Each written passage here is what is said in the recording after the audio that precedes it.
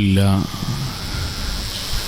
نحمده ونستعينه ونؤمن به ونتوكل عليه ونعوذ بالله من شرور أنفسنا ومن سيئات أعمالنا من يهده الله فلا مضل له ومن يضلل فلا هادي له ونشهد أن لا إله إلا الله وحده لا شريك له ونشهد أن محمدا عبده ورسوله أرسله بالهدى ودين الحق ليظهره على الدين كله ولو كره المشركون اللهم صل على محمد وعلى آل محمد كما صليت على إبراهيم وعلى آل إبراهيم إنك حميد مجيد اللهم بارك على محمد وعلى آل محمد كما باركت على إبراهيم وعلى آل إبراهيم إنك حميد مجيد أما بعد فإن أصدق الكلام كلام الله وخير الهدي هدي محمد صلى الله عليه وسلم وشر الأمور محدثاتها وكل بدعة ضلالة وكل ضلالة في النار أعوذ بالله من الشيطان الرجيم بسم الله الرحمن الرحيم يا أيها الذين آمنوا اتقوا الله حق تقاته ولا تموتن إلا وأنتم مسلمون സ്നേഹാദരണീയരായ സത്യവിശ്വാസികളെ വിശ്വാസിനികളെ, ജീവിതത്തിൻ്റെ എല്ലാ മേഖലകളിലും റഹ്മാനായ അള്ളാഹുവിൻ്റെ വിധിവിലക്കുകൾ കഴിവിൻ്റെ പരമാവധി സൂക്ഷിച്ച് നല്ല ഭക്തരായി ജീവിക്കണം എന്നെന്നോടെന്ന പോലെ ഓരോരുത്തരോടും ഉണർത്തുകയാണ്, വസിയത്ത് ചെയ്യുകയാണ്. അള്ളാഹു നമ്മെ എല്ലാവരെയും അനുഗ്രഹിക്കുമാറാകട്ടെ. പരിശുദ്ധമായ ഹജ്ജ് കർമ്മത്തിന് വേണ്ടി നമ്മുടെ നാടുകളിൽ നിന്ന്, ലോകത്തിൻ്റെ വ്യത്യസ്ത ഭാഗങ്ങളിൽ നിന്ന് ആളുകൾ മക്കയിലേക്ക് പോയിക്കൊണ്ടിരിക്കുകയാണ്. അല്ലാഹു സുബ്ഹാനഹു വ തആല അവർക്കെല്ലാം പൂർണ്ണ പ്രതിഫലം ലഭിക്കുന്ന ഹജ്ജ് നിർവഹിക്കുവാനും അതുവഴി അല്ലാഹുവിന് പ്രിയപ്പെട്ടവരും സ്വർഗാവകാശികളുമായി തീരുവാനും തൗഫീഖ് നൽകുമാറാകട്ടെ. നമ്മൾക്ക് അല്ലാഹു ഹജ്ജിന് പോകാനുള്ള ഈമാനും തഖ്വയും സാമ്പത്തികമായ ഭദ്രതയും നൽകി അല്ലാഹു അനുഗ്രഹിക്കുമാറാകട്ടെ. പരിശുദ്ധമായ ഹജ്ജ് കർമ്മം, നാട്ടിൽ നിന്നു അതിനു വേണ്ടിയുള്ള യാത്രകൾ, ബലിപെരുന്നാളിൻ്റെ മുമ്പായി നടത്തേണ്ട ഉളുഹിയത്ത് കർമ്മങ്ങൾ, ഇവയെല്ലാം നമ്മൾ സംസാരിക്കുമ്പോൾ ഇസ്ലാമികമായി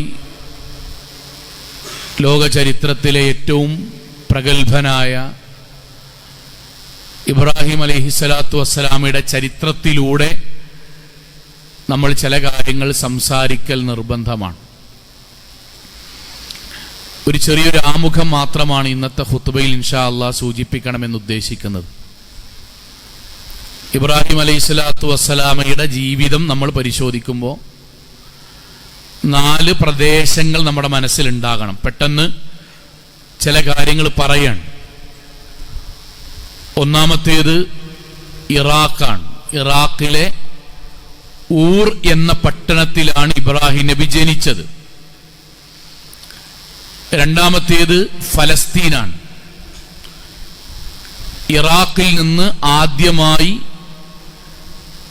പാലായനം നടത്തിയ സ്ഥലമാണ് ഫലസ്തീൻ. അവിടെയാണ് ഒന്നാമത്തെ ഭാര്യ സാറയോടൊപ്പം ഇബ്രാഹിം നബി താമസിച്ചത്. അവിടെയാണ് ഒന്നാമത്തെ മകൻ ഇസ്ഹാഖ് അലൈഹിസ്സലാത്തു വസ്സലാം ജനിച്ചത്, ഫലസ്തീൻ. മൂന്നാമത്തെ സ്ഥലം ഈജിപ്താണ്. ഫലസ്തീനിൽ നിന്ന് ഇബ്രാഹിം നബിയും ഭാര്യ സാറയും ഇടക്കിടക്ക് സന്ദർശിക്കുന്ന, യാത്ര പോകുന്ന സ്ഥലമാണ് ഈജിപ്ത്. ആ യാത്രയിലാണ് അവിടെയുള്ള രാജാവ് ഭാര്യ സാറയോട് മോശമായി പെരുമാറുകയും അല്ലാഹു അതിന് തടയിടുകയും പ്രായശ്ചിത്തമായി സാറക്ക് ഹാജറ എന്ന രാജാവിൻ്റെ കീഴിലുണ്ടായിരുന്ന സഹോദരിയെ നൽകുകയും ചെയ്തത്. ആ ഹാജറയാണ് പിന്നീട് ഇബ്രാഹിം അലൈഹിസ്സലാത്തു വസ്സലാമയുടെ രണ്ടാമത്തെ ഭാര്യയാകുന്നത്. നാലാമത്തെ സ്ഥലം മക്കയാണ്. രണ്ടാമത്തെ ഭാര്യ ഹാജറ റളിയല്ലാഹു അൻഹയും മകൻ ഇസ്മാഈലിനെയും അള്ളാഹുവിന്റെ കൽപ്പന പ്രകാരം ഉപേക്ഷിച്ചു പോകുവാനും പിന്നീട് ലോക ചരിത്രത്തിന്റെ വിപ്ലവത്തിന്റെ സ്ഥലമായി മാറിയ സ്ഥലവുമാണ് മക്ക. അപ്പൊ ഇസ്ലാമികമായി ഇറാഖിലാണ് ജനിച്ചത്, ഫലസ്തീനിലാണ് താമസിച്ചത്, ഈജിപ്തിലൂടെയാണ് യാത്ര ചെയ്തത്, അവിടെ നിന്നാണ് ഹാജറയെ ലഭിച്ചത്, മക്കയിലാണ് പിന്നീട് അവരുടെ താമസത്തിന്റെ ബാക്കി ഭാഗം വന്നത്. ഇതൊരു ചരിത്രത്തിന്റെ തുടക്കം എന്നുള്ള നിലയിൽ നമ്മുടെ മനസ്സിൽ ഉണ്ടാകാൻ വേണ്ടിയാണ്. സഹോദരങ്ങൾ, എന്തുകൊണ്ടാണ് ഇബ്രാഹിം അലൈഹിസ്സലാത്തു വസ്സലാമയെ കുറിച്ച് നമ്മൾ സംസാരിക്കുന്നത്? അള്ളാഹു അദ്ദേഹത്തിന് നൽകിയ സവിശേഷതകൾ എന്താണ്? ഇതാണ് നമ്മൾ ഇന്ന് സംസാരിക്കുന്നതിന്റെ ആകത്തുക. അതിൽ ഏറ്റവും പ്രധാനം, ഈ ലോകത്ത് അള്ളാഹു മനുഷ്യരിൽ ഏറ്റവും ഉത്കൃഷ്ടരായി അള്ളാഹു കാണുന്നവരെയാണ് അള്ളാഹു സുബ്ഹാനഹു വ തആല മനുഷ്യർക്ക് അവന്റെ ആശയത്തെ, ഇസ്ലാം എന്ന ദൈവികമായ സന്ദേശത്തെ പ്രചരിപ്പിക്കുവാൻ വേണ്ടി അതിന്റെ നേതാക്കന്മാരാക്കുന്നത്. അവരെയാണ് നമ്മൾ അംബിയാക്കന്മാർ എന്ന് പറയുക. പിന്നീടുള്ളവരെയാണ് മുർസലീങ്ങൾ എന്ന് പറയുക. അഥവാ ഇബ്രാഹിം അലൈഹിസ്സലാത്തു വസ്സലാമക്ക് അള്ളാഹു കൊടുത്ത ഏറ്റവും വലിയ സവിശേഷത ഇബ്രാഹിം നബി അള്ളാഹു നബിയാക്കി എന്നതാണ്. പരിശുദ്ധ ഖുർആനിന്റെ വാക്ക് ഇന്നി ജാഇലുക ലിന്നാസി ഇമാമ, ഈ നാട്ടിലുള്ള മുഴുവൻ മനുഷ്യർക്കും അള്ളാഹുവിന്റെ ദീൻ എത്തിച്ചു കൊടുക്കുന്നതിന് മാതൃകയുള്ള ഒരാളാക്കി ഇബ്രാഹിമെ ഞാൻ നിന്നെ മാറ്റിയിരിക്കുന്നു. അള്ളാഹുവിന്റെ പരിശുദ്ധ ഖുർആൻ വീണ്ടും വദ്കുർ ഫിൽ കിതാബി ഇബ്രാഹിം ഇന്നഹു കാന സുദ്ദീഖൻ നബിയ്യ, ഇബ്രാഹിം അലൈഹിസ്സലാത്തു വസ്സലാമെ അള്ളാഹു സത്യസന്ധനായ പ്രവാചകനായി തെരഞ്ഞെടുത്തു. പ്രവാചകനായി തെരഞ്ഞെടുക്കുക എന്ന് പറഞ്ഞാൽ എന്താ അറിയോ? അദ്ദേഹം പിന്നീട് സ്വർഗാവകാശിയായി, അദ്ദേഹം മഅസൂമായി, മഅസൂം എന്ന് പറഞ്ഞാൽ മുഴുവൻ പാപങ്ങളും പുറത്തു കിട്ടുന്നയാളായി, അള്ളാഹുവിന്റെ മുഴുവൻ അനുഗ്രഹത്തിനും പാത്രീഭൂതനായി, നാളെ പരലോകത്ത് മന്ദല്ലദീ യശ്വഉ ഇൻദഹു ഇല്ലാ ബിഇദ്നി, അള്ളാഹുവിന്റെ അനുമതിയോടുകൂടി മാത്രം ശുപാർശ ചെയ്യാൻ അർഹതപ്പെട്ടവരിൽ നബിമാർ ഉൾപ്പെടുന്നു. അഥവാ ഇബ്രാഹിം നബി ഇതിനെല്ലാം അർഹരായി. രണ്ടാമത്തെ കാര്യം എന്തെന്നറിയോ? ആ നബിമാരിൽ നിന്ന് ഒന്നുകൂടി ദറജ കൂടിയവരാണ് മുർസലീങ്ങൾ. നമ്മൾ അറിയേണ്ട, സാധാരണഗതിയിൽ നമ്മൾ പഠിക്കേണ്ട ഒരു കാര്യമാണ്. നബിയും റസൂലും നമ്മൾ വ്യത്യാസമുണ്ട്. എന്താണ് വ്യത്യാസം? റസൂൽ എന്ന് പറഞ്ഞാൽ പ്രത്യേകമായ ഒരു സമുദായത്തിലേക്ക് വേദഗ്രന്ഥവുമായി ആ സമൂഹത്തെ ദഅവാ പ്രവർത്തനം ചെയ്ത് പരിവർത്തനത്തിന് വിധേയമാക്കാൻ ചുമതല നൽകപ്പെട്ട നബിമാർക്ക് പറയുന്ന പേരാണ് റുസുലുകൾ എന്നുള്ളത്. നബിമാരെന്ന് പറഞ്ഞാൽ അവർക്ക് പ്രത്യേകമായ വേദഗ്രന്ഥം ഉണ്ടാവുകയില്ല. മുമ്പ് കഴിഞ്ഞു വന്ന മുർസലീങ്ങളുടെ പാത പിൻപറ്റി അവരുടെ പിന്നിൽ അതേ ആശയം പറയാനുള്ള നിർദ്ദേശം മാത്രം ലഭിക്കപ്പെട്ടവരാണ് നബിമാർ എന്ന് പറയുന്നത്. അതുകൊണ്ടാണ് മൂസ അലൈഹിസ്സലാത്തു വസ്സലാം റസൂലാണ്. കാരണം തൗറാത്ത് നൽകപ്പെട്ടു, ബനൂ ഇസ്രായേലിലേക്ക് അയക്കപ്പെട്ടു. ആ ബനൂ ഇസ്രായേലിയുടെ ആ കാലഘട്ടത്തിലുള്ള ഉത്തരവാദിത്തം നാളെ പറയേണ്ടത് മൂസ അലൈഹിസ്സലാത്തു വസ്സലാമക്കാണ്. എന്നാൽ ഹാറൂൻ അലൈഹിസ്സലാത്തു വസ്സലാം നബിയാണ്, റസൂലല്ല. ഒന്നുകൂടി പറയാൻ കുട്ടികൾക്ക് കൂടി വേണ്ടി, ലോകത്തെ ഒന്നാമത്തെ നബി ആദം അലൈഹിസ്സലാത്തു വസ്സലാമയാണ്. ഒന്നാമത്തെ റസൂൽ ആദം അലൈഹിസ്സലാത്തു വസ്സലാമയല്ല, നൂഹ് അലൈഹിസ്സലാത്തു വസ്സലാമയാണ്. കാരണം ആദം അലൈഹിസ്സലാത്തു വസ്സലാമക്ക് ഒരു സമൂഹത്തിന് ദഅവത്ത് നടത്തേണ്ടതിന്റെ ചുമതലയോ ഒരു പ്രത്യേക വേദഗ്രന്ഥമോ അള്ളാഹു നൽകിയിട്ടില്ല. സഹോദരങ്ങളെ, ഇബ്രാഹിം അലൈഹിസ്സലാത്തു വസ്സലാമയെ അള്ളാഹു നബിയാക്കി, രണ്ട് റസൂലുമാക്കി. ഇനി മൂന്നാമത്തൊരു ദറജ കൂടിയുണ്ട്. അതെന്താണ്? ഈ റസൂലുമാരിൽ ഏറ്റവും ഉന്നതന്മാരായ 5 പേരുണ്ട്. അതാണ് ഉൽ അസ്ം. പ്രബോധന നിർവഹണത്തിൽ അഗ്നിപഥങ്ങളിലൂടെ നടന്നവർ, രാജാക്കന്മാരുമായി ഏറ്റുമുട്ടേണ്ടി വരുന്നവർ, ജീവത്യാഗം ചെയ്തവർ, ഉജ്ജ്വലമായി പോരാടിയവർ, ആ നാട്ടിൽ കൊല്ലപ്പെടും എന്നുറപ്പിച്ചിട്ടും അള്ളാഹുവിന്റെ ആദർശത്തിന് വേണ്ടി നിലകൊണ്ടവർ.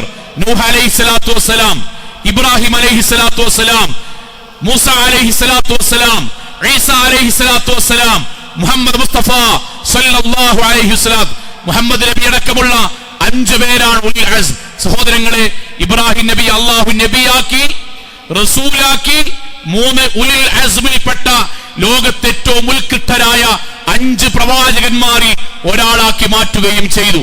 എന്നിട്ട് ഖുർആനിന്റെ പ്രയോഗം നമ്മളോട് ഫസ്ബിർ കമാ സബറ ഉൽ അസ്മി മിനർ റുസുൽ, ഉൽ അസ്മിൽപ്പെട്ട പ്രവാചകന്മാരെ പോലെയാണ് പ്രതിസന്ധി ഘട്ടങ്ങളിൽ നിങ്ങൾ ക്ഷമിക്കേണ്ടത്, ആവേശം കാണിക്കേണ്ടത്.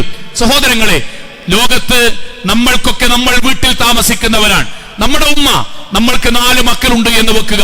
ഉമ്മയോട് ആരെങ്കിലും രഹസ്യമായി ചോദിക്കാൻ, എന്താ മക്കളെ വർത്താനം, എന്താണ് അവരുടെ പെരുമാറ്റം, അതിൽ നമ്മുടെ ഉമ്മ പറയാൻ പാടുണ്ടോ പാടില്ലേ എന്ന് മറ്റൊരു പക്ഷം നമ്മൾ സങ്കല്പിക്കാം. നമ്മുടെ ഉമ്മ പറയാൻ, എനിക്ക് എന്റെ 2ാമത്തെ മകനെ ബാക്കിയുള്ളവരെക്കാൾ കൂടുതൽ ഇഷ്ടമാണ്, എനിക്ക് അവനോട് ഭയങ്കര ഇഷ്ടമാണ്. സഹോദരങ്ങളെ, അത് നമ്മെക്കുറിച്ചാണെങ്കിൽ നമ്മുടെ മനസ്സിന്റെ സന്തോഷം എത്രയാകും.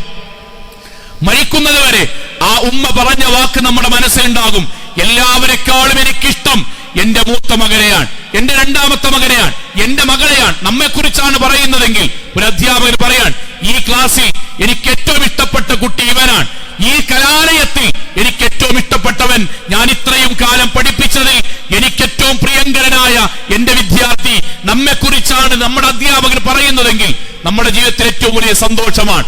എങ്കിൽ നിങ്ങൾ ആലോചിച്ച് നോക്കൂ, ആദം അലൈഹിസ്സലാത്തു വസ്സലാം മുതൽ അന്ത്യനാൾ വരെയുള്ള കോടാനുകോടി മനുഷ്യരിൽ അള്ളാഹു ലോകത്ത് 2 ആളുകളെ മാത്രമേ അള്ളാഹിന്റെ കൂട്ടുകാരന്മാരായി തെരഞ്ഞെടുത്തിട്ടുള്ളൂ. പരിശുദ്ധ ഖുർആന്റെ വാക്കെന്തറിയോ? ഫത്തഖദല്ലാഹു ഇബ്രാഹിമ ഖലീല, ഇബ്രാഹിം അലൈഹിസ്സലാത്തു വസ്സലാമയെ അല്ലാഹ് ഖലീൽ, കൂട്ടുകാരനായി അള്ളാഹു തെരഞ്ഞെടുത്തു. നമ്മൾ ഇന്ന് വരെ അള്ളാഹുവിനെ കണ്ടിട്ടില്ല. ഇൻഷാ അല്ലാഹ് സ്വർഗ്ഗത്തിൽ വെച്ച് നമ്മൾ നഗ്നനേത്രം കൊണ്ട് അള്ളാഹുവിനെ കാണണം എന്ന് ആഗ്രഹിച്ച് ജീവിക്കുന്നവരാണ്. അള്ളാഹു തൗഫീഖ് നൽകുമാറാകട്ടെ. സഹോദരങ്ങളെ, ആ അള്ളാഹു ഈ ലോകത്ത് അവന്റെ സൃഷ്ടിജാലങ്ങളിൽ എനിക്ക് 2 കൂട്ടുകാരെയാണ് അള്ളാഹു തെരഞ്ഞെടുത്തത്. അതിലൊന്ന് ഇബ്രാഹിം അലൈഹിസ്സലാത്തു വസ്സലാമയാണ്, 2 മുഹമ്മദ് നബിയാണ്. മുഹമ്മദ് നബിയെയും ഇബ്രാഹിം നബിയെയുമാണ് അള്ളാഹു കൂട്ടുകാരനായി തെരഞ്ഞെടുത്തത്. അത് സാധാരണ ഒരു വാചകമല്ല, അറബി ഭാഷയുടെ ഒരു മനോഹാരിതയുണ്ട്. ആളുകൾക്ക് മനസ്സിലാവാൻ വേണ്ടി പറയാൻ, നമ്മള് മലയാളത്തിലെ കൂട്ടുകാരൻ, ശരി, അടുത്ത കൂട്ടുകാരൻ നമ്മൾ എന്റെ അടുത്ത കൂട്ടുകാരൻ എന്ന് പറയേണ്ടി വരും. ഇംഗ്ലീഷിൽ ഫ്രണ്ട് എന്ന് പറഞ്ഞാൽ അടുത്തത് ഏറ്റവും മികച്ച, എനിക്ക് ആത്മബന്ധമുള്ളത് ഇന്റിമേറ്റ് ഫ്രണ്ട് എന്ന് പറയേണ്ടി വരും. അറബിയിൽ കൂട്ടുകാർക്ക് ഒരുപാട് വാചകങ്ങളുണ്ട്. അറബി ഭാഷയുടെ സൗന്ദര്യം അതാണ്. സ്വദീഖ് കൂട്ടുകാരനാണ്, പക്ഷേ ആ കൂട്ടുകെട്ട് സാധാരണ കൂട്ടുകെട്ടാണ്. സ്വാഹിബ് കൂട്ടുകാരനാണ്, അതാണ് സ്വഹാബി എന്ന വാക്കിൽ നിന്ന് ഒന്നുകൂടി അടുപ്പമുണ്ടാകുന്ന കൂട്ടുകെട്ടാണ്. അതേപോലെ റഫീഖ് എന്ന് പറഞ്ഞാലും കൂട്ടുകാരനാണ്, ഒന്നിച്ച് യാത്ര ചെയ്യുകയും ക്രയവിക്രയങ്ങൾ നടത്തുകയും ചെയ്യുന്ന ആൾ. എന്നാൽ കൂട്ടുകാരുടെ അറബി ഭാഷ പ്രയോഗത്തിൽ ആത്മബന്ധമുള്ള, ഒരിക്കലും വേർപിരിയാത്ത, ഒരേ മനസ്സോടുകൂടി ചിന്തിക്കുന്ന, ഒരേ അഭിപ്രായമുള്ള ആളുകൾക്കാണ് ഖലീൽ എന്ന് പറയുക. അള്ളാഹു ഇബ്രാഹിം അലൈഹിസ്സലാത്തു വസ്സലാമയെ കുറിച്ച് പറഞ്ഞത്, ഇബ്രാഹിം എന്റെ സ്വദീഖല്ല, എന്റെ റഫീഖല്ല, എന്റെ സ്വാഹിബല്ല, എന്റെ ഖലീലാണ്. മുഹമ്മദ് മുസ്തഫ സല്ലല്ലാഹു അലൈഹി വസല്ലം പറഞ്ഞു, ഫഇന്നല്ലാഹ ഖദ് ഇത്തഖദനി ഖലീല, അള്ളാഹു എന്നെ അള്ളാഹുവിന്റെ കൂട്ടുകാരനായി തെരഞ്ഞെടുത്തു. കമത്തഖദ ഇബ്രാഹിം ഖലീല, ഇബ്രാഹിം നബിയെ തെരഞ്ഞെടുത്തതുപോലെ. ആ മുഹമ്മദ് നബിയും ഇബ്രാഹിം അലൈഹിസ്സലാത്തു വസ്സലാമയും ഇതേ ആത്മബന്ധമുണ്ടല്ലോ. പിന്നീടും ഹദീസുകളൊക്കെ കാണാം. ഖബറിൽ നിന്ന് ആദ്യമായി എഴുന്നേൽക്കുന്നത് മുഹമ്മദ് നബിയാണ് സല്ലല്ലാഹു അലൈഹി വസല്ലം. എന്നാൽ ഖബറിൽ നിന്ന് എഴുന്നേറ്റ് ആദ്യമായി അള്ളാഹു വസ്ത്രം നൽകുന്നത് ഇബ്രാഹിം അലൈഹിസ്സലാത്തു വസ്സലാമക്കാണ്. ഇസ്ലാമിക ചരിത്രത്തിൽ ഇബ്രാഹിം നബി അള്ളാഹു ആദരിച്ചതിന്റെ ഭാഗമാണ്. കഴിഞ്ഞില്ല, ലോകത്ത് എത്രയോ അമ്പിയാക്കന്മാർ വന്നു. എന്നാൽ ഇബ്രാഹിം നബിക്ക് ഒരു അമ്പിയാക്കന്മാരുടെ പ്രത്യേകതയുണ്ട്. എന്താ പ്രത്യേകത എന്നറിയോ? ഇബ്രാഹിം നബിയുടെ പ്രത്യേകത അബുൽ അംബിയ ആണ്, അമ്പിയാക്കന്മാരുടെ ഉപ്പ. പ്രവാചകൻ സല്ലല്ലാഹു അലൈഹി വസല്ലമ ഇബ്രാഹിം നബിയെ വിളിക്കുന്നത് അറിയോ?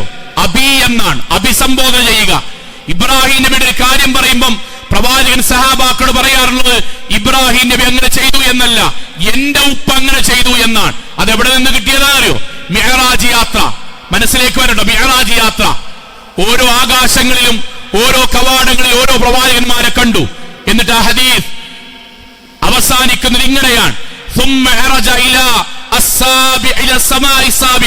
ഏഴാനാകാശത്തേക്ക് മുഹമ്മദ് നബി എത്തി. എന്നിട്ട് ഇബ്രാഹിം, അതാ ഏഴാനാകാശത്താണ് ഇബ്രാഹിം അലൈഹിസ്സലാത്തു വസ്സലാമയെ കണ്ടത്. ഖാല, ആ സമയത്ത് ജിബ്രീൽ അലൈഹിസ്സലാത്തു വസ്സലാം പ്രവാചകനോട് പറഞ്ഞു കൊടുക്കട്ടോ, ഇബ്രാഹിം നബിയെ ചൂണ്ടിയിട്ട് നബിയോട് പറയാൻ, ഹാദാ അബൂക്ക്, മുഹമ്മദ് നബിയെ ഇതാണ് നിങ്ങളുടെ ഉപ്പ. അതിന്റെ അർത്ഥം എന്താ സഹോദരങ്ങളെ? ഇസ്ലാമിന്റെ ആദർശ പിതാവാണ് ഇബ്രാഹിം എന്നത് അള്ളാഹുവിന്റെ തീരുമാനമാണ്. മുഹമ്മദ് നബി താങ്കളുടെ ഉപ്പ ഇബ്രാഹിമാണ്, ഇതാണ് അതിനർത്ഥം ആദർശപരമായ പിതാവാണ്.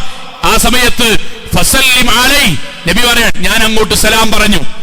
എന്റെ ഉപ്പയായ ഇബ്രാഹിം അബുൽ അംബിയ സലാം മടക്കി. എന്നിട്ട് എന്നോട് പറഞ്ഞു, മർഹബൻ ബിഇബ്നി സ്വാലിഹ് വന്നബി സ്വാലിഹ്, എന്റെ ഏറ്റവും നല്ല മകനെ, ഏറ്റവും നല്ല പ്രവാചകരെ, താങ്കൾക്ക് സ്വാഗതം, താങ്കൾ ഇങ്ങോട്ട് വരൂ.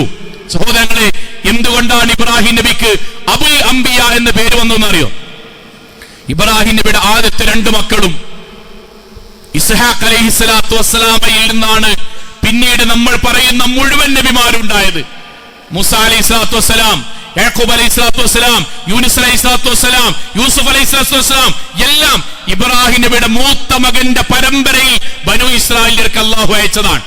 ഇസ്മായിൽ നബിയുടെ പരമ്പരയിലാണ് നമ്മുടെ പ്രവാചകൻ അഷ്റഫുൽ ഖൽഖ് മുഹമ്മദ് മുസ്തഫ സല്ലല്ലാഹു അലൈഹി വസല്ലം ഉണ്ടായത്. അഥവാ പിന്നീട് ലോക ചരിത്രത്തിലെ നബിമാർ മഹാഭൂരിപക്ഷവും വന്നത് ഇബ്രാഹിം നബിയുടെ മക്കളിലൂടെയാണ്. അതുകൊണ്ടാണ് ഇന്ന് ലോകത്ത് ജീവിക്കുന്ന 3 സെമിറ്റിക് മതങ്ങളുണ്ട്. സെമിറ്റിക് മതങ്ങൾ അറിയേ? അതില് 1 ഇസ്ലാമാണ്, 2 ക്രൈസ്തവതയാണ്, 3 ജൂതന്മാരാണ്. ഈ 3 മതക്കാരും ഒരുപോലെ അംഗീകരിക്കുന്ന ഒരൊറ്റ പ്രവാചകനേ ഉള്ളൂ, അതാണ് ഇബ്രാഹിം അലൈഹി സ്വലാത്തു വസ്സലാം.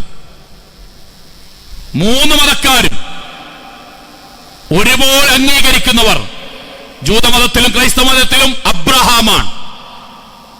3 മതക്കാരും പരിശുദ്ധ ഖുർആൻ പറഞ്ഞു, ഇന്ന ഇബ്രാഹിം കാന ഇബ്രാഹിം, പക്ഷേ ഇബ്രാഹിം അല്ല യഹൂദിയൻ വലാ നസ്റാനിയൻ, ജൂതനോ ക്രൈസ്തവനോ അല്ല, വലാകിൻ കാന ഹനീഫൻ മുസ്ലിമൻ വമാ കാന മിനൽ മുശ്രിക്കീൻ. ഇബ്രാഹിം അലൈഹിസ്സലാത്തു വസ്സലാം പരിശുദ്ധമായ അള്ളാഹുവിന് കീഴൊതുങ്ങിയ മുസ്ലിമാണ് ഇബ്രാഹിം അലൈഹിസ്സലാത്തു വസ്സലാം. സഹോദരങ്ങളെ, പറഞ്ഞത് ഇബ്രാഹിം നബിക്ക് മാത്രമായി അള്ളാഹു നൽകിയ അനുഗ്രഹങ്ങളാണ്. ഇനി നിങ്ങൾ ആലോചിച്ചു നോക്കൂ, ലോകത്തിൽ നമ്മൾ അത്ഭുതപ്പെടുത്തും. ഇന്ന് നമ്മൾ പറയുന്ന ഹജ്ജില്ലേ, ഹജ്ജ് ആരുടെ വിളിക്കുത്തരമേകി, ആരോടാണ് ഈ ലോകത്താദ്യമായി ഹജ്ജിന് വിളിക്കാൻ അള്ളാഹു അനുവാദം കൊടുത്തത്? ഇബ്രാഹിം നബിയുടെ വിളിയാണ് ലോകത്താദ്യമായി ഹജ്ജിന് വേണ്ടി നടന്നത്. നമ്മൾ അറിയണം, നമ്മുടെ മക്കളോട് പറഞ്ഞു കൊടുക്കണം. അതുവരെ ഹജ്ജില്ല, ഇന്ന് കാണുന്ന ഹജ്ജില്ല. ഇന്ന് കാണുന്ന ഹജ്ജിന്റെ തുടക്കം ഇബ്രാഹിം അലൈഹിസ്സലാത്തു വസ്സലാമയാണ്. പരിശുദ്ധ ഖുർആൻ 22-ാം അധ്യായം സൂറത്ത് ഹജ്ജിലെ 26-27 ആയത്ത്, 27-ാമത്തെ ആയത്ത് അല്ലാഹു പറയാൻ, വഅദ്ദിന ഫിൽ നാസി ബിൽ ഹജ്ജി, ഇബ്രാഹിം ജനങ്ങളെ ഇതാ കഅബാലയത്തിലേക്ക് ഹജ്ജിന് വേണ്ടി വിളിക്കൂ.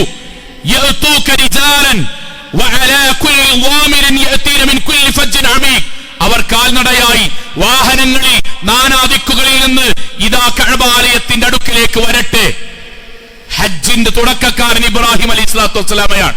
അതുകൊണ്ടാണ് നമ്മുടെ മനസ്സിലൊന്ന് ആലോചിച്ച് നോക്കി, കഅബാലയം പുതുക്കി പണിയാൻ വേണ്ടി അള്ളാഹു ഇബ്രാഹിം നബിയോട് പറഞ്ഞു.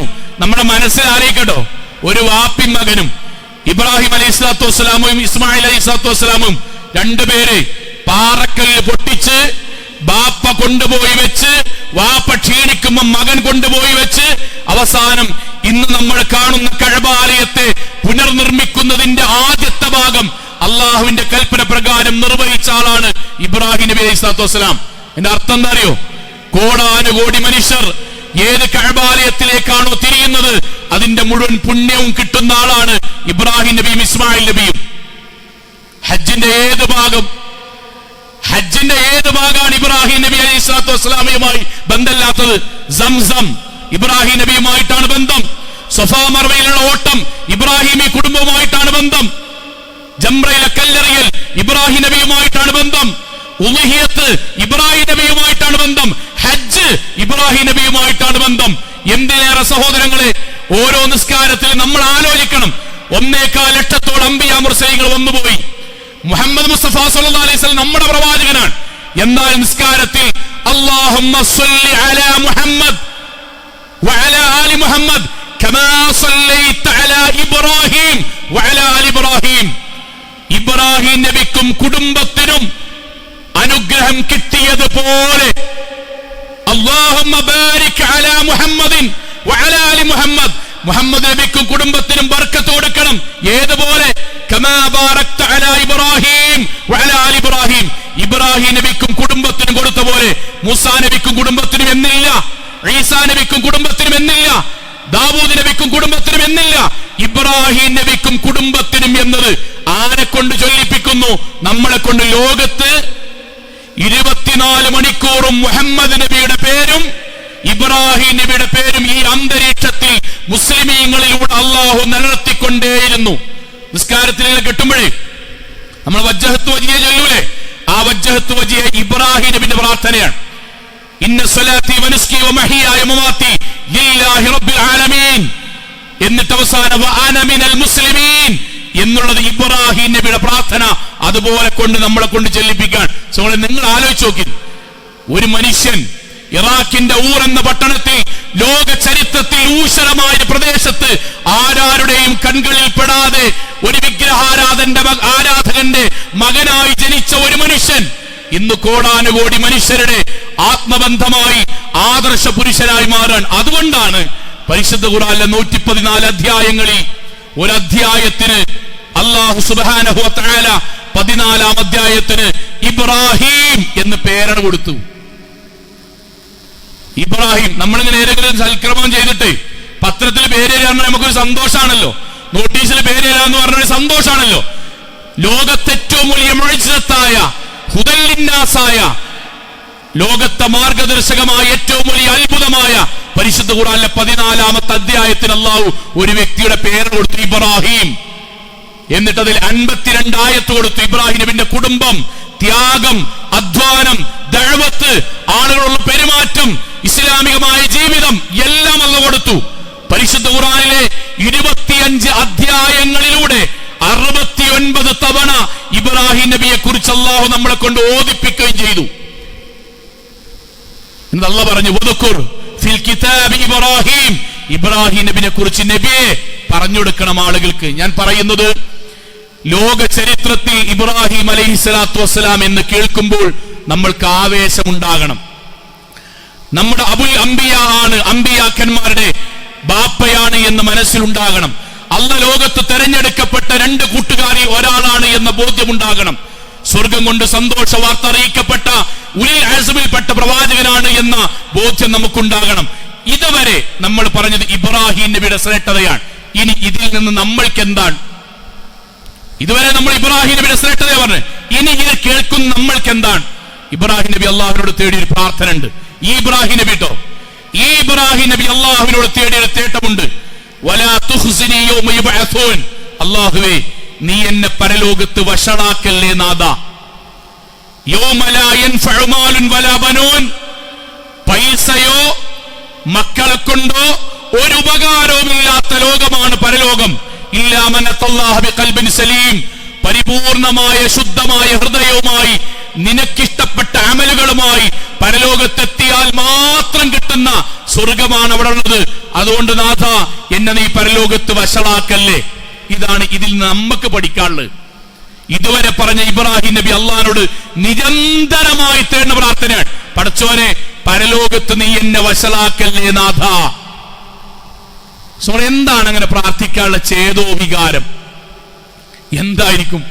പരലോകം എന്താണ് എന്ന് മനസ്സിലാക്കിയ ഒരാള്, അയാൾ പരലോകത്തെ കുറിച്ച് ഭയപ്പാടുണ്ടാവും, പേടിണ്ടാവും, ഉറപ്പാണ് പേടിണ്ടാവും. അതുകൊണ്ടാണ് റസൂൽ സല്ലല്ലാഹു അലൈഹി വസല്ലം പറഞ്ഞു, റസൂലുള്ളാഹിന്റെ സഹാബി വന്നിട്ട്, നബിയെ നിങ്ങൾക്ക് ഏതായാലും സ്വർഗം കിട്ടുമല്ലോ, നിങ്ങൾ ഇന്റെ കാര്യം നോക്കി അല്ലാണ്ടെന്ന് പറയോ എന്നപ്പോ റസൂലുള്ളാഹിന്റെ വാക്കെന്താ അറിയോ? വല്ലാഹി, പടച്ചോനാണ് നേര്, മാ അദ്രി വ അന റസൂൽ, റസൂലുള്ളാഹ് മാ യഫ്അലു ബി വലാ ബിക്കും, പടച്ചോ നാളെ പരലോകത്ത് ഇന്ന എന്താ ചെയ്യാന്ന് എനിക്കറിയില്ല. പടച്ചോൻ പുറത്തുന്നു എന്ന് പറഞ്ഞതിന് ശേഷം എന്നിൽ നിന്നും വല്ല അബദ്ധവും പറ്റിയിക്കണമെങ്കിലോ പേടിയാണടാ. പിന്നെ ഞാൻ എന്റെ കാര്യം എങ്ങനെ നോക്കുന്നതായി പറഞ്ഞത്? എന്റെ കാര്യം എനിക്ക് എന്ത് ചെയ്യും എന്നറിയില്ല. ആയിഷ റളിയല്ലാഹു അൻഹ പ്രവാചകന്റെ മടിയിൽ കിടന്നിട്ട് സംസാരിച്ചു കൊണ്ടിരിക്കെ കരഞ്ഞു. പ്രവാചകൻ ചോദിച്ചു, മാ യുബ്കീക്, ആയിഷ നീ എന്തിനാ കരയുന്നത്? ആയിഷ റളിയല്ലാഹുവിന്റെ വാക്ക്, ദക്കർതു അന്നാർ ഫബക്കൈ, ഞാൻ നബിയെ നരകത്തെ പറ്റി ഇങ്ങനെ ആലോചിച്ചു, പടച്ചോനെ അവിടെ നിന്നെങ്ങാനും ഇടത് കൈയിൽ ഗ്രന്ഥം ലഭിച്ചാൽ എന്താകുന്ന ആലോചിച്ചപ്പോൾ എന്റെ മനസ്സിൽ സങ്കടം വന്നു. ലോക ചരിത്രത്തിൽ ഇബ്രാഹിം നബി, മുഹമ്മദ് മുസ്തഫ സല്ലല്ലാഹു അലൈഹി വസല്ലം, സഹാബാക്കൾ മുഴുവനും പരലോകത്തെ കുറിച്ച് ആലോചിക്കുമ്പോൾ ബേജാറുണ്ടാകും, വെപ്രാളുണ്ടാകും. മദീന പള്ളി ഈദ്ഗാഹിന് വേണ്ടി ഈത്തപ്പന ഓലകൾ വെട്ടി സഹാബാക്കൾ ഈദ്ഗാഹിന് സജ്ജീകരണം ഒരുക്കാൻ ആ സമയത്തിന്റെ പള്ളിയുടെ സൈഡിൽ നിന്ന് തേങ്ങുന്നു. അബൂബക്കർ സിദ്ദീഖ് റളിയല്ലാഹു അൻഹു സഹാബാക്കൾ ചോദിച്ചു, അബൂബക്കർ മായുബ്കീക്, എന്താണ് ഈ കരയുന്നത്? അബൂബക്കർ റളിയല്ലാഹു അൻഹു പറഞ്ഞു, നബിന്റെ ക്ലാസ് കേട്ടിട്ടില്ലായിരുന്നോ മിഞ്ഞാന്ന് പള്ളിക്കന്ന്? ഫരീഖുൽ ജന്ന ഫരീഖുൽ സഈർ, നാളെ പരലോകത്ത് ഒരു വിഭാഗം ആളുകൾ സ്വർഗത്തിലേക്കും മറ്റൊരു വിഭാഗം ആളുകൾ നരകത്തിലേക്കും പോകും. അതിലെങ്ങാനും ഞാൻ പെട്ടാലോ, നരകത്തിലേക്ക് പോയാൽ പിന്നൊരു തിരിച്ചു വരവില്ലല്ലോ. സഹാബാക്കൾ പറഞ്ഞു, അബൂബക്കർ താങ്കൾ എന്തിനാ കരുണത്? പ്രവാചകൻ ഈ പള്ളി എന്നല്ല പറഞ്ഞത്, അബൂബക്കറും ഫിൽ ജന്ന, താങ്കൾ സ്വർഗത്തിലാണെന്ന് പ്രവാചകൻ വഹീന്റെ അടിസ്ഥാനത്തിലല്ല പറഞ്ഞത്. എന്നെ അബൂബക്കർ തന്നെ മറുപടി എന്താ അറിയോ? ഇന്ന നബി അത് പറഞ്ഞിട്ട് ഏതാനും കാലായില്ലേ, അതിനുശേഷം പ്രവാചകന്റെ വാക്കിന് ശേഷം എന്റെ ജീവിതത്തിൽ വന്ന വല്ല അബദ്ധങ്ങളും ഉണ്ടെങ്കിൽ അതുവഴി നരകത്തിലേക്ക് പോയാലോ ഞാൻ ആത്മാർത്ഥമായിട്ട് എന്നോടെന്ന പോലെ ചോദിക്കാൻ, ഇബ്രാഹിം നബിന്റെ പാരമ്പര്യം പിൻപറ്റണം എന്നാണല്ലോ. ആ ഇബ്രാഹിം നബി അല്ലാണ്ട് എന്നും തേടിയിരുന്ന, സ്വർഗം കൊണ്ട് സന്തോഷ വാർത്ത അറിയിച്ച, ഉലിൽ അസ്മിൽപ്പെട്ട അബുൽ അംബിയായ, നാളെ ഏഴാൻ ആകാശത്ത് സ്വർഗത്തിലുണ്ട് എന്ന് പ്രവാചകനിലൂടെ കാണിച്ചു തന്ന ആ അബൂബക്കർ, ആ ഇബ്രാഹിം അലൈഹിസ്സലാത്തു വസ്സലാം അല്ലാണ്ട് തേടാൻ, പടച്ചോനെ നാളെ പരലോകത്ത് വഷളാക്കല്ലേ. ആ ഒരു ബോധവും ഭയവും സത്യസന്ധമായി പറയാൻ നമ്മുടെ മനസ്സിൽ ഉണ്ടാകലുണ്ടോ? ഇപ്പൊ നമ്മളെ കുട്ടിയുടെ റിസൾട്ട് വന്നു, നമ്മുടെ കുട്ടീന്റെ റിസൾട്ട് വന്നു, പ്രതീക്ഷിച്ച മാർക്ക് കിട്ടാത്തപ്പോ നമ്മുടെ മനസ്സിലുണ്ടായൊരു സങ്കടം ഉണ്ടല്ലോ, ആ സങ്കടത്തിന്റെ അത്ര പടച്ചോനെ ഈ പോക്ക് പോയി ഞാൻ മരിച്ചാൽ നരകത്തേക്ക് പോകേണ്ടി വരുമോ എന്നുള്ള ആലോചന പോലും സങ്ങളെ പലപ്പോഴും നമ്മൾ ഉണ്ടാകാറില്ല എന്നൊരു സത്യമാണ്. ഞാൻ കുറ്റമായിട്ട് പറയില്ല ഒരിക്കലും. എന്തുകൊണ്ടാണ് പരലോകം നമുക്ക് പേടിണ്ടാകാത്തൊരു കാരണം അറിയോ? അന്തല്ലാത്തതുകൊണ്ടാണ്. ഈമാനുമില്ല, അന്തമില്ല. ശരിക്കും മനസ്സിലാക്കുക, നമ്മുടെ നടു റോഡ് ശക്തമായ മഴ പെയ്യാതിക്കൊള്ളി, ശക്തമായ മഴ പെയ്യാൻ അങ്ങേറ്റം വൃത്തിയുള്ള നമ്മുടെ റോട്ടിൽ കൂടെ നമ്മള് ടൂ വീലർ ആകണ്ട, ഫോർ വീലർ തന്നെ എങ്ങനെ ഓടിക്കുക? മെല്ലെ ഓടിക്കുക. എന്തേ കാരണം? നമുക്കറിയാം വണ്ടി ചിലപ്പോ സ്ലിപ്പാകും, മഴ ശക്തമായാൽ എതിർദിശയിൽ നിന്ന് വരുന്നോ, ചിലപ്പം ബ്രേക്ക് പാളിയാൽ ഇങ്ങോട്ട് വരും, ചിലപ്പോൾ റോട്ടിൽ കുഴി ഉണ്ടാവും, തട്ടിത്തടഞ്ഞാൽ വീഴും. അതിനിടയിൽ എന്തെങ്കിലും പറ്റിയാൽ സൂക്ഷിച്ചിട്ടാ പോകുക. അതിനിടയ്ക്ക് ചില ആൾക്കാർ പോകണ്ടല്ലോ ബൈക്കുമേ, ഇങ്ങനെ പോകും. അതവന് ജീവിതത്തിൽ ഭയങ്കരമായ കാഴ്ചപ്പാടും ധൈര്യം ഉണ്ടായിട്ട് അല്ല. പിന്നെ നമ്മൾ പറയും അവൻ അന്തല്ല എന്ന് പറയും, അന്തല്ല എന്ന് പറയും. പരലോകത്തെ കുറിച്ച് ഇബ്രാഹിം അലൈഹിസ്സലാത്തു വസ്സലാമയും പ്രവാചകന്മാരും അമ്പിയാക്കന്മാരും സഹാബാക്കളും മുഴുവനും ഭയന്നപ്പോ നമുക്ക് പേടിയേയില്ല. ആ പേടിയില്ലാത്തതിന് കാരണം എന്താ അറിയോ? നമ്മൾ പരിശോധിക്കാത്തോണ്ടാണ്. അപ്പൊ നിങ്ങൾ ഇന്ന് വെള്ളിയാഴ്ചയാണല്ലോ, ഇന്ന് വെള്ളിയാഴ്ചയാണല്ലോ. ഇന്ന് നമ്മുടെ ജീവിതത്തിൽ നമ്മൾ സ്വയം ഒരു കുറ്റായിട്ടല്ല മനസ്സിലാക്കാൻ, നമ്മൾ സൂറത്ത് ഗഫ് ഒരു പേജെങ്കിലും ഓതിയിട്ടുണ്ടോ എന്ന് പരിശോധിച്ചാൽ, ഓതാത്തതിൽ നമുക്ക് സങ്കടമില്ലെങ്കിൽ അതിനർത്ഥം എന്താ? ഓതാത്തിൽ ആഴ്ചയിലൊരിക്കൽ ഒരു ദിവസം ആലോചിക്കണം, ഒരു ദിവസം 6-7 മണിക്കൂർ നമ്മൾ ഫോൺ ഉപയോഗിക്കും. 6-7 മണിക്കൂർ ഒരു ദിവസം മിനിമം പറഞ്ഞ്, മിനിമം ആഴ്ചയിൽ ഒരു ദിവസം ഒരു പേജ് വെള്ളിയാഴ്ച പ്രത്യേകമായ സുന്നത്തുള്ള സൂറത്ത് ഗഫ് ഖത്തീബ് വരുമ്പം ഓതി പള്ളിയിൽ തേനീച്ച മൂളുന്നത് പോലെ ശബ്ദമുണ്ടാകുന്ന പള്ളിയായിട്ട് മാറാതെക്കാൻ. എന്തേ കാരണം? ബേജാറില്ല, ബേജാറില്ല. അതൊക്കെ മതി മൗലവി, അത്രയൊക്കെ മതി. നിങ്ങൾ ഈ പറയുന്ന ആയത്തിന്റെ അത്രയൊന്നും ബേജാറാകണ്ടില്ല. അതെന്തുകൊണ്ടറിയോ? അന്തല്ലാത്തത് കൊണ്ടാണ്. പരലോകം എന്താന്ന് അറിയാത്തത് കൊണ്ടാണ്. പരലോകം എന്താ അറിയാത്തത്? നമ്മൾ ആലോചിക്കുക, കുറ്റപ്പെടുത്തല്ല, മനസ്സിലാലോചിക്കും. റമദാന് ശേഷം 3 സുബഹി അടുപ്പിച്ച് കിട്ടിയ എത്ര ആൾക്കാർ നമ്മുടെ കൂട്ടത്തിൽ ഉണ്ടാകും? ബേജാറുണ്ടോ? ഇല്ലല്ലോ. ഒരു ദിവസത്തെ മുഴുവൻ ജമാഅത്തും കിട്ടാത്തതിൽ, ഒരു ദിവസത്തെ മുഴുവൻ ജമാഅത്തും കിട്ടിയ എത്ര ആൾക്കാർ നമ്മുടെ കൂട്ടത്തിൽ ഉണ്ടാകും? സങ്കടപ്പെടുത്തിക്കണോ? നമ്മളെ സങ്കടപ്പെടുത്തിക്കണോ? ഉമ്മമാരെ, നിങ്ങൾ ഈ വെക്കേഷനിൽ പോയ ടൂറിലും കല്യാണങ്ങളിലും സൽക്കാരത്തിലും പൂർണ്ണമായ ഇസ്ലാമിക വേഷം ഇസ്ലാമികമായി സ്വീകരിച്ചു പോയ എത്ര കല്യാണവും എത്ര സൽക്കാരം എത്ര ടൂറുണ്ടാകും? ഇതൊന്നും നമ്മളെ ബേജാറാക്കണില്ലെങ്കിൽ അതിന്റെ അടുത്ത് എന്താ അറിയോ? പരലോകത്ത് നമ്മൾക്ക് നരകം തരുമ്പം അല്ല പറഞ്ഞ വാക്കുണ്ട്, ദുനിയാവിന്റെ എല്ലാ കാര്യത്തിലും പേടിയും ബേജാറുണ്ടേരി. കച്ചവടം ഇങ്ങനെ വന്നിട്ട് ട്രംപ് അവിടെ അധികാരത്തിൽ കയറുമ്പം സ്വർണത്തിന്റെ മൂല്യം ഇങ്ങനെ വരുമ്പോ നമ്മള് ഷെയർ മാർക്കറ്റ് കിട്ട പൈസ എന്താകും എന്താവില്ല, ബേജാറാണ്. കുട്ടിക്ക് അഡ്മിഷൻ കിട്ടൂല, ബേജാറുണ്ട്. എന്തുകൊണ്ടാ? ബോധ്യം ഉണ്ടായതുകൊണ്ടാണ്. ഇപ്പൊ ഗൾഫിൽ പോയാൽ അവിടെ ചാൻസ് ഉണ്ടോ? ചാൻസ് ഇല്ല, ബേജാറാണ്. എന്തേ? കാരണം ബോധ്യമുണ്ട്.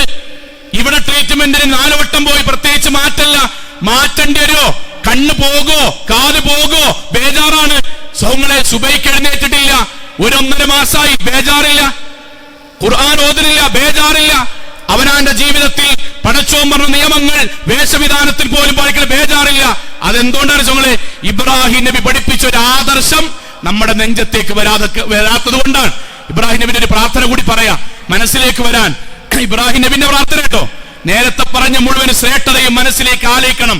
ആ ഇബ്രാഹിം നബി അല്ലാണ്ട് പ്രാർത്ഥിക്കുക, റബ്ബനാ, പടച്ചോനെ, ഇഗ്ഫിർലി, നീ എന്റെ പാപങ്ങൾ പൊറുക്കണം, വവാലിദയ്യ, എന്റെ വാപ്പാന്റതും പൊറുക്കണം, വൽ മുഅ്മിനീന യൗമ യഖൂമുൽ ഹിസാബ്, പരലോകത്ത് വരുമ്പം എന്റതും വാപ്പാന്റതും ഞങ്ങളുടെ മുസ്ലിം സഹോദരങ്ങളുടെ പാപങ്ങൾ പൊറുക്കണമേ നാഥാ.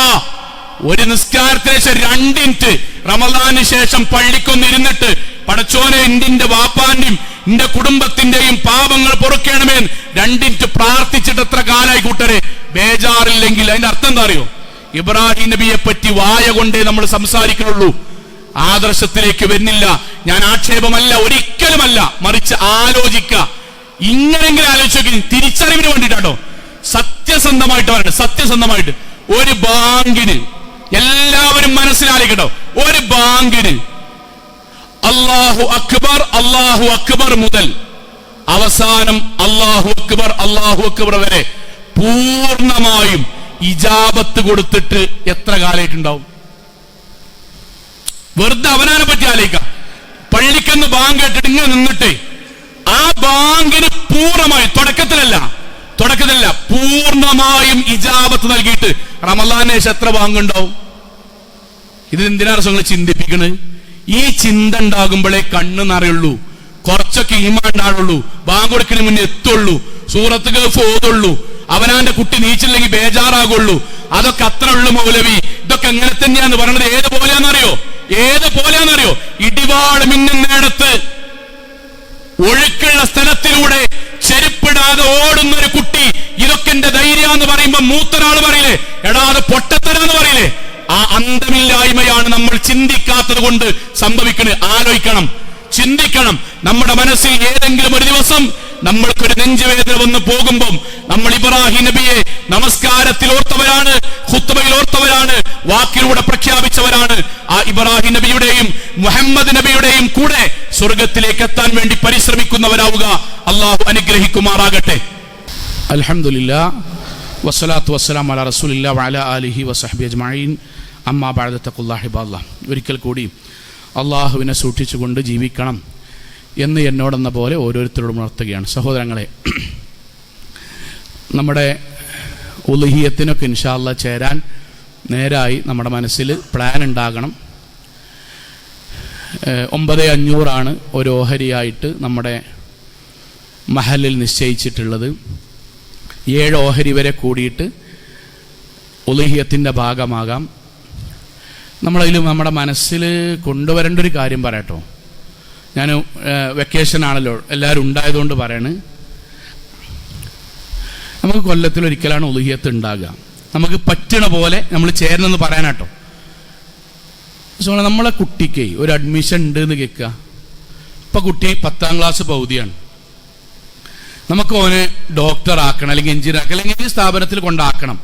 അപ്പം അതിനിങ്ങനെ കുറച്ച് പൈസ വേണമെങ്കിൽ നമ്മൾ എന്താ ചെയ്യാന്ന് വെച്ചാൽ, ഞാനും നിങ്ങളെന്താ വെച്ചാൽ നമ്മൾ കുറച്ച് അങ്ങനെ എടുത്തേക്കും. ഇങ്ങനെ എടുത്തുവെച്ച് ആ സമയമാകുമ്പം ആണ് കൊടുക്കും.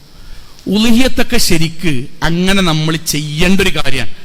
ഞാൻ പറയണത് മനസ്സിൽ നീയത്ത് വെച്ച് മെല്ലെ മെല്ലെ മെല്ലെ മെല്ലെ ഒരു കൂട്ടി വെച്ച് ചേരേണ്ട ഒരു സംഗതിയാണ്. അതിന് കാരണം എന്താ അറിയോ? ഉളുഹിയത്ത് എന്നുള്ളത് നമ്മളോടാണ് അള്ളാഹു ബലിമൃഗത്തറക്കാൻ വേണ്ടി പറഞ്ഞത്. ആര് ചെയ്തതാ അറിയോ? ഇബ്രാഹിം അലൈഹി സ്വലാത്തു വസ്സലാം മകന്റെ കഴുത്തിൽ വെച്ച കത്തിയാണ്. മകൻ അറുക്കാൻ വേണ്ടി പറഞ്ഞിട്ട് അള്ളാഹുവിന് വേണ്ടി മകൻ അറുക്കാൻ തയ്യാറായ ഇബ്രാഹിം അലൈഹി സ്വലാത്തു വസ്സലാമയുടെ പാരമ്പര്യമുള്ള നമുക്ക് ബാക്കി എല്ലാ സംഗതിക്കും പൈസ ഉണ്ടാകുമ്പം ഇതിന് സൗങ്ങളെ നമ്മൾ പൈസ ഉണ്ടാക്കണം. ഞാൻ കഴിഞ്ഞ ഖുത്ബയിൽ കഴിഞ്ഞ വർഷം പറഞ്ഞത് എനിക്ക് ഓർമ്മയുണ്ട്. അത് വീണ്ടും ആവർത്തിക്കുകയാണ്.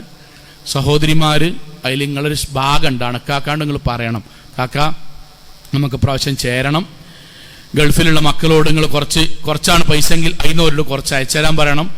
എത്രയാണോ നമുക്ക് ഒരു കന്നിനെ മൊത്തമായിട്ട് ഇറക്കാൻ പറ്റുമെങ്കിൽ അങ്ങനെ ചെയ്യുക, 2നെ പറ്റുമെങ്കിൽ 2 ചെയ്യുക, അര കൂടാൻ പറ്റുമെങ്കിൽ അങ്ങനെ ചെയ്യുക, ഒരു ഷെയർ ആണെങ്കിൽ അത് ചെയ്യുക, ഇനി ഒരാൾക്ക് ഒരു ആടിനെ ഒറ്റക്ക് ഇറക്കുക, അങ്ങനെയും ചെയ്യാം. ഇതൊക്കെ നമുക്ക് ചെയ്യാം. സഹോദരങ്ങളെ, അതിൻ്റെ ഭാഗമാക്കി മാറണം. നമ്മൾ നീയത്തുണ്ടാകണം. ഇൻഷാ അല്ലാഹ് ബാക്കി നമുക്ക് ഇനിയുള്ള ഖുത്ബകൾ പറയാം. അള്ളാഹു തൗഫീഖ് നൽകുമാറാകട്ടെ. രണ്ടാമത്തെ ഒരു കാര്യം, നമ്മുടെ മഹല്ലിൽ ഞാൻ എല്ലാവരും മനസ്സിലാൻ വേണ്ടി ഈ വെക്കേഷനിൽ മാത്രം ഇത് രക്ഷിതാക്കളോട് പറയട്ടെ, രക്ഷിതാക്കളെ, പെൺകുട്ടികൾക്ക് നമ്മളൊരു ക്യാമ്പ് വെച്ചിരിക്കണം കേട്ടോ.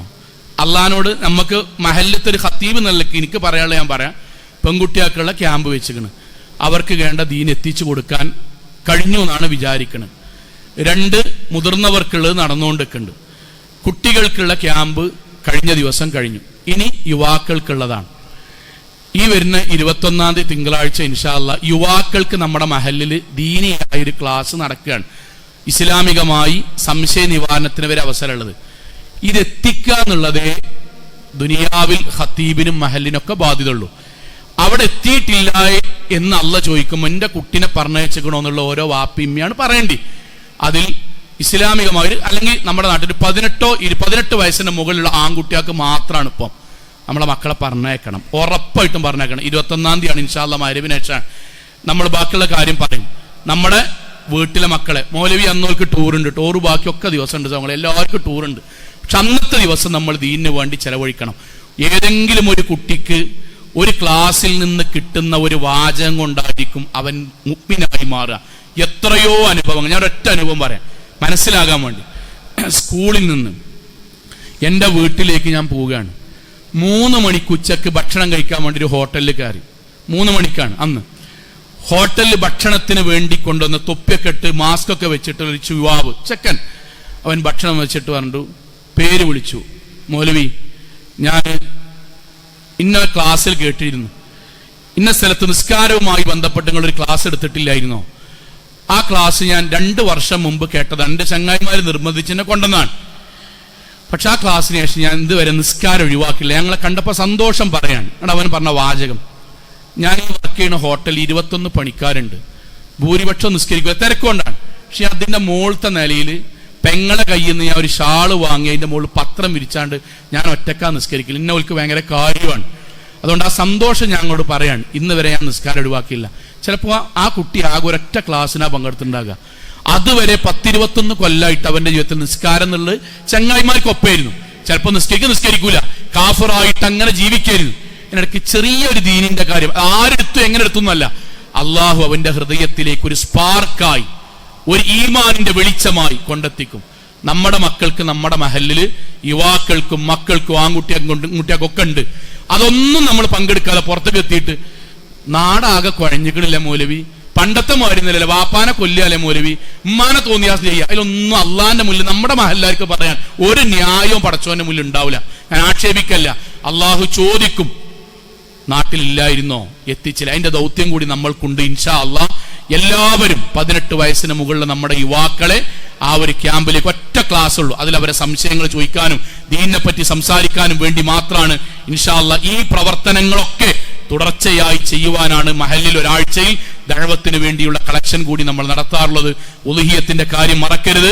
നമ്മുടെ സുബഹി നമ്മുടെ പള്ളിയിൽ വന്ന് നിസ്കരിക്കുക, നമ്മുടെ മഹല്ലിലെ പള്ളിയിൽ വന്ന് നിസ്കരിക്കുക. ജമാഅത്തുകൾക്ക് ബാങ്ക് ഇങ്ങനെ കൊടുക്കുമ്പം അങ്ങാടിയിൽ കാണാൻ വെറുതെ നിൽക്കുന്ന സൗകര്യം എന്തിനാണ്? ജീവിതത്തിനിടയ്ക്ക് ഒരു നെഞ്ചുവേദന വന്ന് അവിടെ കടന്ന് മരിക്കേണ്ടി വരും. അവനാന്റെ ജീവിതത്തിൽ വെള്ളിയാഴ്ച നീ പള്ളിയിലേക്ക് വരുമ്പോൾ നമ്മൾ എന്ത് ചെയ്യണം? ഫോണിലെങ്കിലും നോക്കി സൂറത്ത് കഹ്ഫ് ഓതി നമ്മുടെ പള്ളിക്ക് വരുമ്പോൾ ഒരു ദീനിയായ ഒരു അറ്റ്മോസ്ഫിയർ, ഇസ്ലാമികമായ ഒരു മാഹോൽ എന്ന് പറയും. അങ്ങനെ ഒരു സംഗതി ഉണ്ടാകണം, ഉണ്ട്, ഒന്നുകൂടി ഉണ്ടാകാൻ വേണ്ടിയിട്ടാണ് പറയുന്നത്. സഹോദരിമാരുടെ ഭാഗത്തും അള്ളാഹു അനുഗ്രഹിക്കുമാറാകട്ടെ. നമ്മുടെ ജീവിതത്തിൽ കൂടുതൽ ഭക്തിയോടുകൂടി ജീവിക്കുവാനും അള്ളാഹുവിന് പ്രിയപ്പെട്ടവരായി ജീവിച്ച് മരണപ്പെട്ടു പോകാനും നാഥാ നീ തൗഫീഖ് നൽകണമേ റഹ്മാനെ. അള്ളാഹുവെ ഞങ്ങളുടെ മാതാപിതാക്കൾക്ക് നീ സ്വർഗം നൽകി അനുഗ്രഹിക്കണമേ റഹ്മാനെ. അള്ളാഹു ഞങ്ങളുടെ മക്കൾക്ക് നാഥ നീ സ്വർഗം നൽകി അനുഗ്രഹിക്കണമേ റഹ്മാനെ. അള്ളാഹുവെ ഞങ്ങളുടെ വരുമാനങ്ങളിൽ നീ ബർക്കത്ത് ചൊരിയണമേ റഹ്മാനെ. അള്ളാഹുവേ ലോകത്തെവിടെ വെച്ച് എങ്ങനെ മരണപ്പെടേണ്ടി വന്നാലും ശിർക്കില്ലാതെ, ബിദ്അത്തില്ലാതെ, ഖുറാഫാത്തില്ലാതെ ധീര മുവഹിദുകളായി ജീവിച്ച് മരണപ്പെട്ടു പോകാൻ നാഥാ നീ ഞങ്ങൾക്ക് തൗഫീഖ് നൽകണമേ റഹ്മാനെ. അള്ളാഹുവേ ഗൾഫ് നാടുകളിൽ ഞങ്ങൾക്ക് വേണ്ടി കഠിനാധ്വാനം ചെയ്യുന്ന ഞങ്ങളുടെ ബന്ധുമിത്രാദികൾക്ക് നാഥ സമാധാനവും സമാശ്വാസവും നൽകി അനുഗ്രഹിക്കണമേ റഹ്മാനെ. അല്ലാഹുവേ, കേട്ട കാര്യങ്ങൾ ജീവിതത്തിൽ പകർത്താനും ഹിദായത്ത് കിട്ടിയ ഞങ്ങൾക്ക് ഈ ഹിദായത്ത് നഷ്ടപ്പെടാത്ത വിധം ഭക്തിയോടുകൂടി ജീവിക്കുവാനുമുള്ള ഈമാനും തഖ്വയും നാഥ നിങ്ങൾക്ക് പ്രദാനം ചെയ്യണമേ റഹ്മാനെ. അല്ലാഹുവേ, ഖലീലുല്ലാഹി ഇബ്രാഹിം അലൈഹിസ്സലാത്തു വസ്സലാമയുടെ കൂടെ ഞങ്ങളുടെ ജീവിതത്തിൽ പ്രവാചകന്റെ കൂടെ സ്വർഗ്ഗത്തിൽ ഒരുമിച്ച് ചേരാൻ നാഥ ഞങ്ങൾക്ക് തൗഫീഖ് നൽകണമേ റഹ്മാനെ. اللهم اغفر للمؤمنات والمسلمين والمسلمات والاحياء منهم والاموات انك مجيب الدعوات يا قاضي الحاجات. اللهم اجرنا من النار، اللهم اجرنا من النار، اللهم اجرنا من النار. ربنا آتنا في الدنيا حسنة وفي الآخرة حسنة وقنا عذاب النار. سبحانك اللهم بحمدك أشهد أن لا إله إلا أنت أستغفرك وإليك. آمين آمين آمين برحمتك يا أرحم الراحمين.